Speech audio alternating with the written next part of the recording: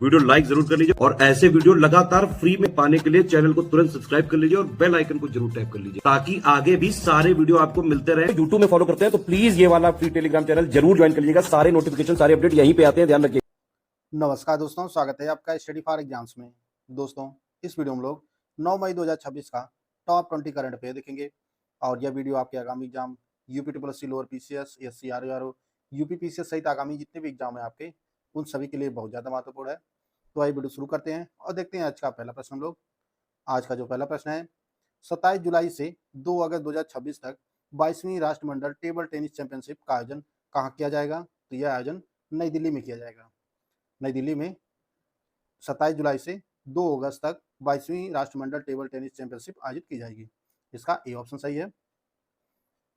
दूसरा प्रश्न है, मई 2026 में $60 मिलियन का निवेश प्राप्त कर भारत की प्रथम स्पेस टेक यूनिकॉर्न कंपनी कौन बन गई है? तो यह जो भारत की पहली स्पेस टेक यूनिकॉर्न कंपनी बनी है, यह स्काई रूट स्पेस बनी है और इसका जो मुख्यालय है यह हैदराबाद, तेलंगाना के हैदराबाद में स्थित है। इसका डी ऑप्शन सही है। स्काई रूट एरोस्पेस जो है भारत की पहली स्पेस टेक यूनिकॉर्न कंपनी बन गई है। हाल ही में किस देश के ऐतिहासिक जो ग्यासा मंदिर में गाबी नामक दुनिया का पहला मानवकार रोबोट भिक्षु को आधिकारिक दीक्षा प्रदान की गई है? तो यह ऑप्शन बी है। दक्षिण कोरिया ने यह मानव के आकार का जो है रोबोट बनाया है और इसने जो है बौद्ध धर्म को जो है अपनाया है और ये दुनिया में पहली बार ऐसा हुआ है। इसका जो नाम रखा गया है वह गाबी रखा गया है। आप लोग देख पा रहे होंगे यह गाबी मानव रोबोट है। इसका बी ऑप्शन सही है, दक्षिण कोरिया ने। 8 मई 2026 को 2026 कैम्ब्रिज डेडिकेटेड टीचर अवार्ड में दक्षिण एशिया क्षेत्रीय विजेता के रूप में किसे नामित किया गया है? यह सोमा मंडल को जो है 2026 के कैम्ब्रिज डेडिकेटेड टीचर अवार्ड में नामित किया गया है। इसका बी ऑप्शन सही है।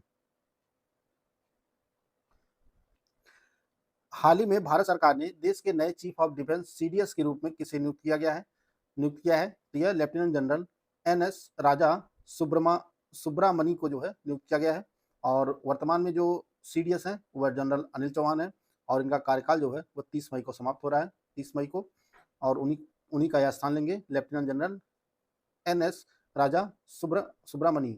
इसका सी ऑप्शन सही है। 8 मई 2026 को सहकारिता मंत्रालय द्वारा सहकारी सुधारों पर दूसरे क्षेत्रीय सम्मेलन का आयोजन कहाँ किया गया? तो यह मिजोरम की राजधानी आइजोल में किया गया। इसका बी ऑप्शन सही है।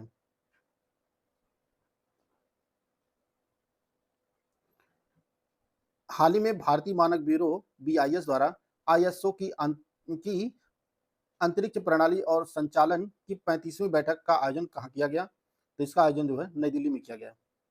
भारतीय मानक ब्यूरो द्वारा जो है आईएसओ की अंतरिक्ष प्रणाली संचालन की 35वीं बैठक का आयोजन जो है नई दिल्ली में किया गया है। इसका ए ऑप्शन सही है। बढ़ते हैं अगले क्वेश्चन की तरफ। अगला क्वेश्चन है, 9 से 10 मई 2026 को देश का प्रथम अंतर्राष्ट्रीय नेत्र रोग अनुसंधान सम्मेलन कहाँ आयोजित किया गया? तो यह भी नई दिल्ली में ही किया गया है।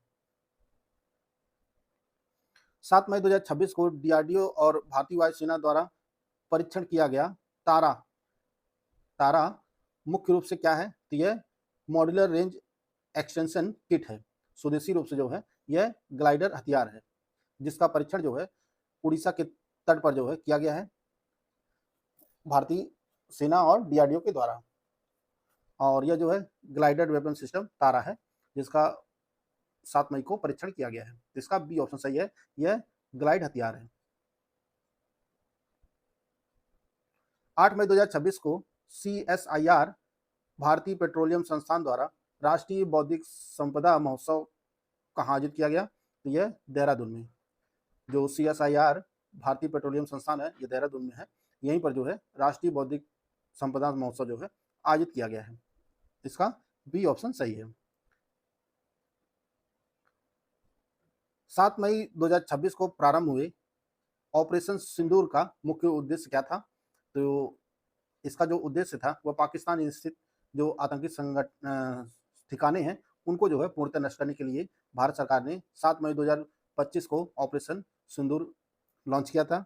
और यह जो ऑपरेशन है, यह जो 22 अप्रैल 2025 को कश्मीर में पहलगाम हमला हुआ था, उसी के विरोध में जो है यह ऑपरेशन लॉन्च किया गया था।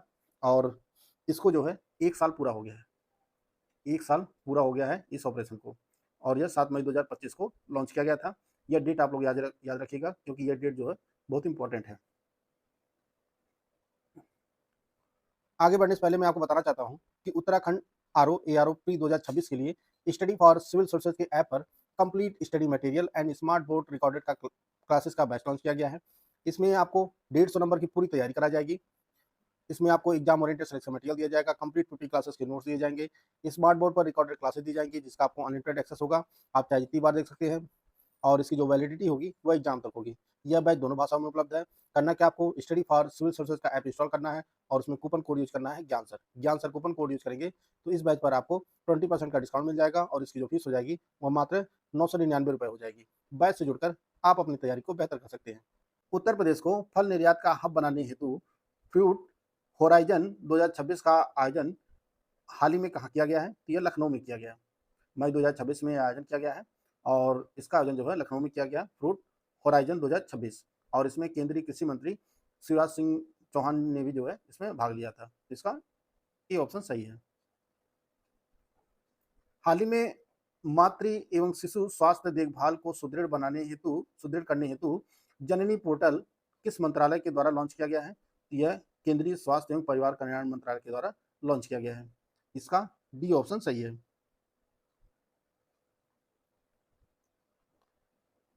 3 मई 2026 को अंतर्राष्ट्रीय सूर्य दिवस के अवसर पर रन फॉर सन मैराथन का आयोजन किस मंत्रालय द्वारा किया गया, तो यह नवीन एवं नवीकरणीय ऊर्जा मंत्रालय द्वारा किया गया। और अंतर्राष्ट्रीय सूर्य दिवस जो है हर साल 3 मई को मनाया जाता है और इस वर्ष जो है रन फॉर सन मैराथन आयोजित किया गया नवीन और नवीकरणीय ऊर्जा मंत्रालय द्वारा। इसका बी ऑप्शन सही है। देखते हैं अगला प्रश्न हम लोग। अगला प्रश्न है 8 मई 2026 को एनसीआरबी ने अपनी क्राइम इन इंडिया 2024 रिपोर्ट में पहली बार किस अधिनियम के तहत दर्ज अपराधों को शामिल किया है, तो इसमें जो शामिल किया गया है prevention of cruelty to animal act 1960 को जो है शामिल किया है। और इसके तहत जो है एनसीआरबी जो रिपोर्ट अपनी दर्ज करेगी, मतलब प्रस्तुत करेगी, उसमें जो पशुओं पर क्रूरता हो रही है उसको भी जो है अपराध के रूप में शामिल किया है और इस पर भी रिपोर्ट जारी करेगी एनसीआरबी। तो यह जो है prevention of cruelty and animals act 1960 के तहत जो है यह पशु क्रूरता को अपराध के रूप में शामिल किया गया है। इसका सी ऑप्शन सही है। 7 मई 2026 को दिवंगत हुए मोहन सिंह का संबंध मुख्य रूप से खेल से था, जिनका संबंध फुटबॉल से था, ये फुटबॉल खिलाड़ी थे। 8 मई 2026 को मनाए गए विश्व रेड क्रॉस दिवस की आधिकारिक थीम क्या निर्धारित की गई है, तो इस वर्ष की जो थीम है वह keeping humanity alive. Keeping humanity alive जो है यह विश्व रेड क्रॉस दिवस 2026 की थीम है और यह 8 मई को मनाया गया है। 7 मई 2026 को 52वें अखिल भारतीय सैनिक स्कूल प्राचार्य सम्मेलन का आयोजन कहाँ किया गया, तो यह कझकूटम केरल में किया गया। इसका डी ऑप्शन सही है। हाल ही में uncle shop building material trading के प्रबंध निदेशक दीपक भाटिया को किस अंतर्राष्ट्रीय पुरस्कार से सम्मानित किया गया है, तो इन्हें अर्थ दुबई पुरस्कार से सम्मानित किया गया है। इसका बी ऑप्शन सही है। 8 मई 2026 को वैश्विक स्तर पर विश्व ओवेरियन कैंसर दिवस का कौन सा संस्करण आयोजित किया गया, यह इसका 14वां संस्करण था। 14वां संस्करण आयोजित किया गया विश्व ओवेरियन कैंसर दिवस और यह 8 मई को मनाया जाता है। इसका सी ऑप्शन सही है। तो दोस्तों यह आज का करंट अफेयर था, उसको हम लोग कवर कर लिए हैं। पिछले दिन का करंट अफेयर एक बार हम लोग फटाफट रिवाइज कर लेते हैं। हाल ही में मंत्रिमंडल द्वारा 2031 तक कपास क्षेत्र में आत्मनिर्भरता को प्राप्त करने हेतु किस नए मिशन को मंजूरी दी गई है, यह मिशन है कपास उत्पादकता मिशन। हाल ही में केंद्रीय मंत्रिमंडल द्वारा 2026-27 सीजन हेतु गन्ने का उचित एवं लाभकारी मूल्य FRP कितना निर्धारित किया गया है, तो 365 रुपये निर्धारित किया गया है। हाल ही में किस क्रूज शिप पर हंता वायरस के गंभीर प्रकोप के कारण आपातकालीन स्थिति उत्पन्न हो गई है, यह MV होंडियस है। सिर्फ 2026 के तमिलनाडु विधानसभा चुनाव में कौन सी पार्टी सबसे बड़े दल के रूप में उभरी है? तो यह टीवीके है। 6 मई 2026 को स्वास्थ्य मंत्रालय द्वारा विभिन्न स्वास्थ्य प्रणालियों को एकीकृत करने हेतु कौन सा नया पोर्टल लॉन्च किया गया है? तो यह स्वस्थ भारत पोर्टल लॉन्च किया गया है। केंद्र सरकार की नवीनतम अधिसूचना के अनुसार 1 जून 2026 से चालू होने जा रहे दक्षिण तट रेलवे का मुख्यालय कहाँ स्थित है? तो यह विशाखापट्टनम में है। डेनमार्क के हॉर्सेस में आयोजित थॉमस कप 2026 पुरुष बैडमिंटन का खिताब किस टीम ने जीता है? तो यह चीन ने जीता है। 2026 के उबेर कप महिला बैडमिंटन का खिताब किस टीम ने जीता है? तो यह दक्षिण कोरिया ने जीता है। हाल ही में किस प्रमुख उद्योगपति को वोडाफोन आइडिया का गैर कार्यकारी अध्यक्ष नियुक्त किया गया है? तो इसके गैर कार्यकारी अध्यक्ष कुमार मंगलम बिरला नियुक्त हुए हैं। 5 मई 2026 को पहली भारत अल्जीरिया संयुक्त आयोग की बैठक कहाँ आयोजित की गई? तो नई दिल्ली में आयोजित की गई। हाल ही में सार्वजनिक क्षेत्र की किस महारत कंपनी ने 31 मार्च 2026 से गुजरात में 100 मेगावाट के सौर संयंत्र का संचालन प्रारंभ किया है? यह कोल इंडिया लिमिटेड ने CIL ने शुरू किया है। हाल ही में पृथ्वी विज्ञान मंत्रालय ने भारत की प्रथम अर्बन टेस्टबेड और एरोसोल ऑब्जर्वेटरी का उद्घाटन कहाँ किया है? तो चेन्नई में किया गया है। हाल ही में DRDO द्वारा रेडियोलॉजिकल और न्यूक्लियर आपात स्थितियों की तैयारी हेतु रासायनिक, जैविक, रेडियोलॉजिकल और परमाणु फील्ड ट्रेनिंग सेंटर कहाँ से प्रारंभ किया है? तो यह दिल्ली में किया गया है। 1 से 2 जून 2026 को पर्यावरण मंत्रालय द्वारा प्रथम इंटरनेशनल बिग कैट अलायंस शिखर सम्मेलन का आयोजन कहाँ किया जाएगा? तो नई दिल्ली में किया जाएगा। 7 और 8 मई 2026 को द्वितीय संयुक्त कमांडर सम्मेलन का आयोजन कहाँ किया गया? तो जयपुर में आयोजित किया गया। 5 से 6 मई 2026 को स्वास्थ्य मंत्रालय द्वारा दुर्लभ रोगों पर राष्ट्रीय सम्मेलन का आयोजन कहाँ किया गया? तो नई दिल्ली में किया गया।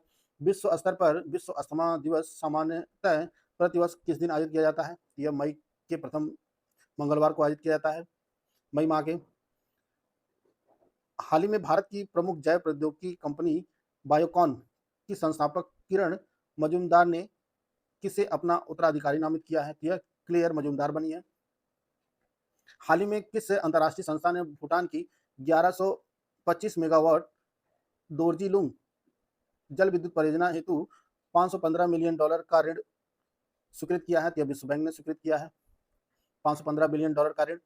हाल ही में मंत्रिमंडल द्वारा दी गई मंजूरी के अनुसार भारत के सर्वोच्च न्यायालय में न्यायाधीशों की संख्या 33 से बढ़कर कितनी कर दी गई है? तो 37 कर दी गई है। तो दोस्तों, यह महत्वपूर्ण करंट अफेयर था, इसको हम लोग कवर कर लिए हैं। वीडियो आपको अच्छा लगे तो लाइक कर सकते हैं, चैनल को सब्सक्राइब कर लीजिए। मिलते हैं नेक्स्ट वीडियो में, तब तक ले जय हिंद, जय भारत।